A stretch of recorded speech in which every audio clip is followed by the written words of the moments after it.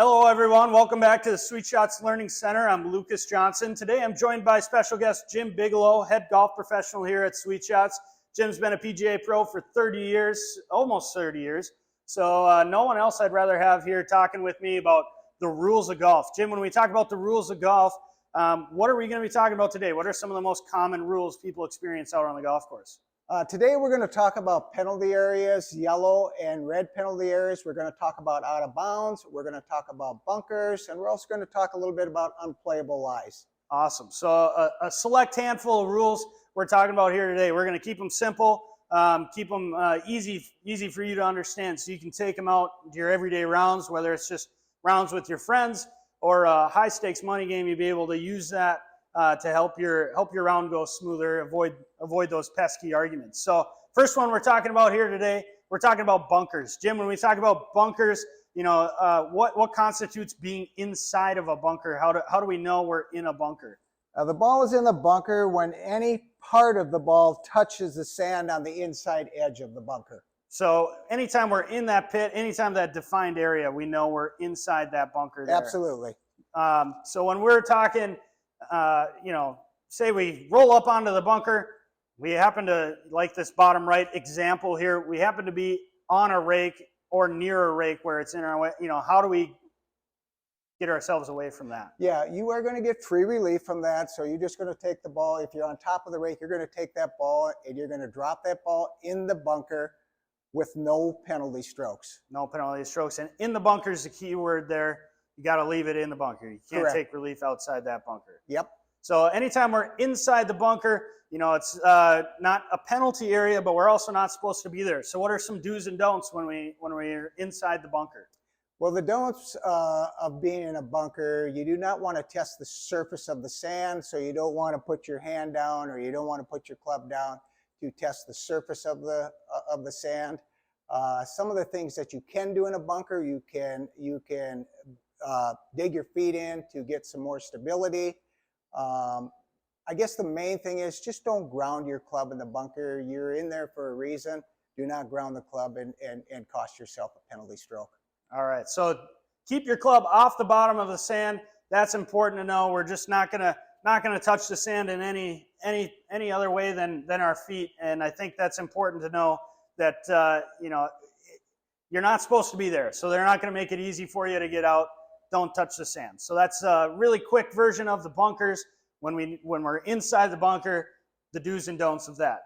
Next, I think we're going to move on. We're going to talk about penalty areas. Penalty areas, Jim, we talked about in the intro, you alluded to. We had two different kinds of penalty areas, red and yellow. Walk us through the differences and how we approach if our ball does go into one of those penalty areas there. What do we do when that happens? Okay, the first penalty area we're going to talk about is yellow. And we'll get that on the screen for you. You actually have two options when you hit your ball in a yellow penalty area. Your first option, you can always go back and hit from the previous spot.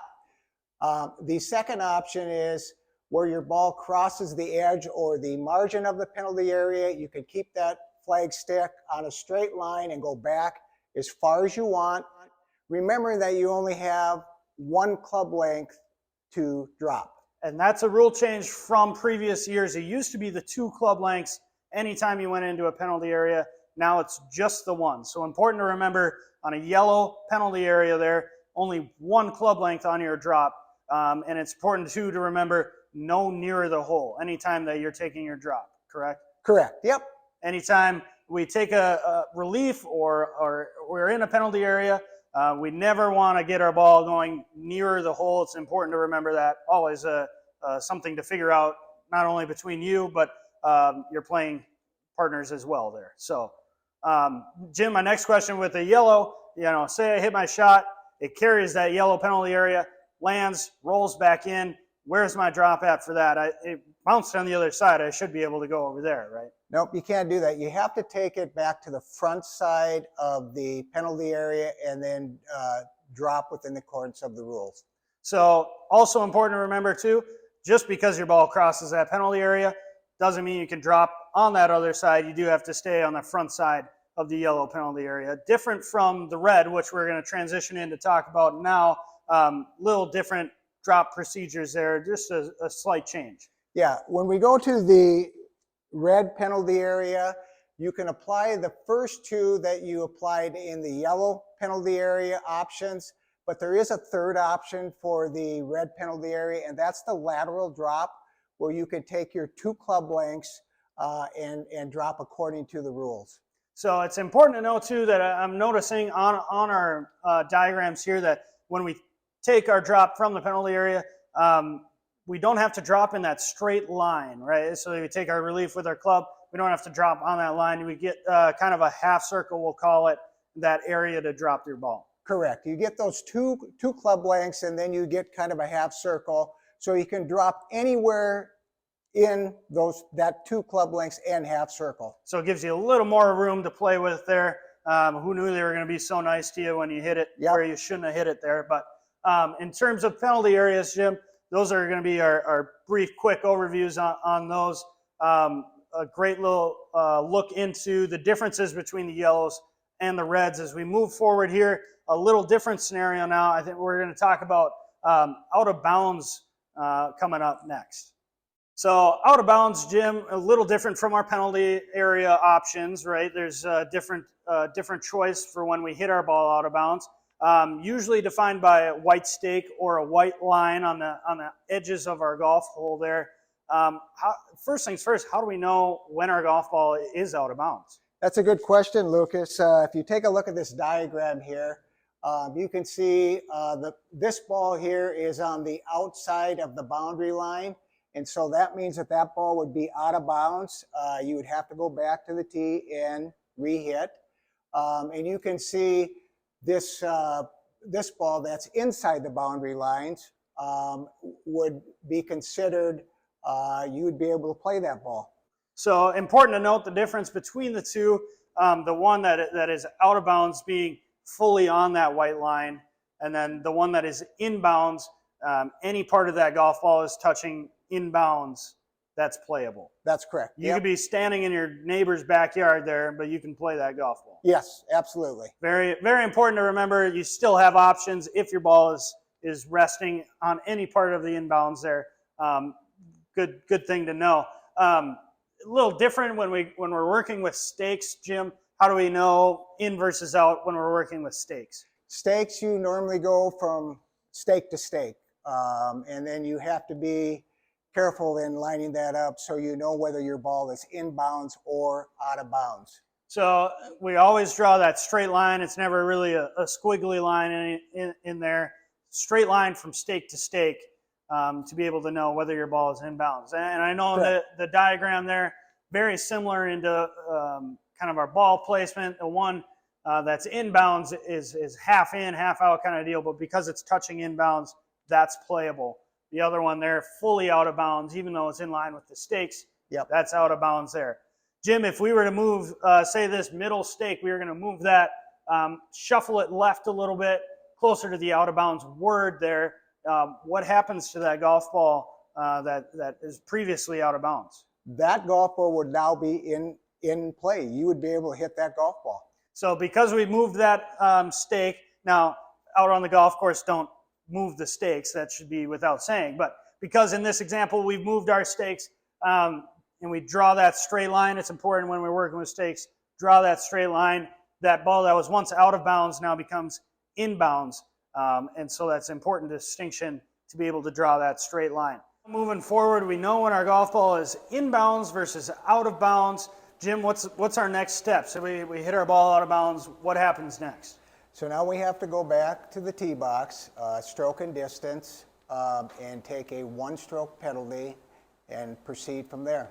So even though that our golf ball, we'll say, is 250 yards up the hole, it's out of bounds, now we have to walk all the way back to hit that shot. Is there a faster way that we can do that, deal with that situation? Well, what you can do is you can hit a provisional ball from the tee, and you have to make sure that your fellow competitor knows that you're going to be hitting a provisional ball, and then you can proceed from there. Important point that you made there. Your playing competitor, playing partner has to know that that's provisional.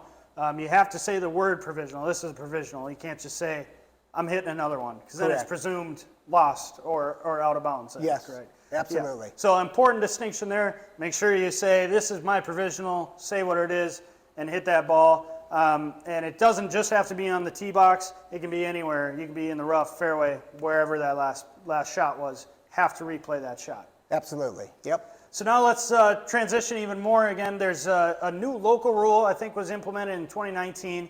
Again, local rule, so not in tournament play. And I think they just call it stroke and distance, Jim. What's that all about? Well, this is a rule that they put in place to speed up play. So now if you hit your ball out of bounds, you can actually take a 2-stroke penalty, pull that ball all the way in the fairway, drop, and then you would be hitting 4. So a really easy way to help speed up play. I think people were naturally doing it just in everyday play, and now they have a rule for it, plus a stroke associated with that. So no more arguing with your friends whether it's 1 or 2. If we're going to take stroke and distance, that's a 2-stroke penalty to just pull that from out of bounds right into the middle of the fairway there. Correct. Yep. So simple rules for out of bounds. We're able to keep ourselves pace of play moving. Well, hopefully, we never want to be out of bounds. So hopefully we're not out of bounds all the time. But now we know how to deal with that. Moving forward now from out of bounds, we're talking about unplayable lies here. Unplayable ball, a little different again from the penalty areas versus the out of bounds versus the bunkers. When can we expect to take an unplayable ball? You know, where can we find that? You know, you can take an unplayable lie anywhere on the golf course except for penalty areas. It might be, you might be stymied on a tree, you might be buried on the lip of a bunker. So you may need to take those unplayable lie options to get yourself out of trouble. And sometimes it is the best option for us rather than trying to break a club over a tree or leave the golf ball plugged in a bunker or dig yourself a bigger hole. An unplayable lie is a great option, gives ourselves a little better lie to play off of there. So when we talk about relief options for that, what are some of our first options? Okay, so you basically have 3 relief options for an unplayable ball. You can always go back and play from the original spot. And then you can also, again, keep that flag stick in a straight line and go back as far as you want with that 1 club length. Or you can take that lateral relief and you get 2 club lengths and drop accordingly. So again, important to remember, as when I grew up, it was always kind of the deal where it was, if you get free relief, it's 1 club length, penalty, it's 2 club lengths. That rule has since changed. We talked about it in the penalty areas, that now in certain situations it's 1 club length versus the 2. Anytime we're getting lateral relief from that spot, 2 club lengths. Anywhere else is the 1 club length. Correct, yep. So this seems like we hit our golf ball in a bush here. What happens, let's say, if we plug ourselves in a bunker? Are the options the same, different? What happens there? Well, you've got one other option when you plug yourself in a bunker. The first 3 options are available. The fourth option, now you can take a ball out of the bunker for a 2-stroke penalty, where the other options you just get penalized 1 stroke. So it is an option if you struggle from bunkers. I mean, you do have the option to take it out of the bunker for a 2-stroke penalty. So they do allow you to bring it out. Again, we talked about it in the bunkers. You're not supposed to be there. They're not going to make it easy on you to take it out. So it is going to be a 2-stroke to take that ball outside of the bunker. Again, in all of these rules situations, we always have the option to replay our shot, right? So that's important too. Say you hit it in penalty area, hit it out of bounds, hit it into an unplayable area. Always have the option to replay that golf shot. The other one with the stroke and distance, it is 2 strokes. It's not just the 1 stroke. Correct. Yep. Important to remember there as well. Last thing I think I want to touch on here, Jim, when we're taking relief and we have to drop a golf ball, I know that was another rule change that was talked about a while back. It used to be from shoulder height. What is it now? Yeah, so it actually used to be from shoulder height, and now you can actually drop from knee height.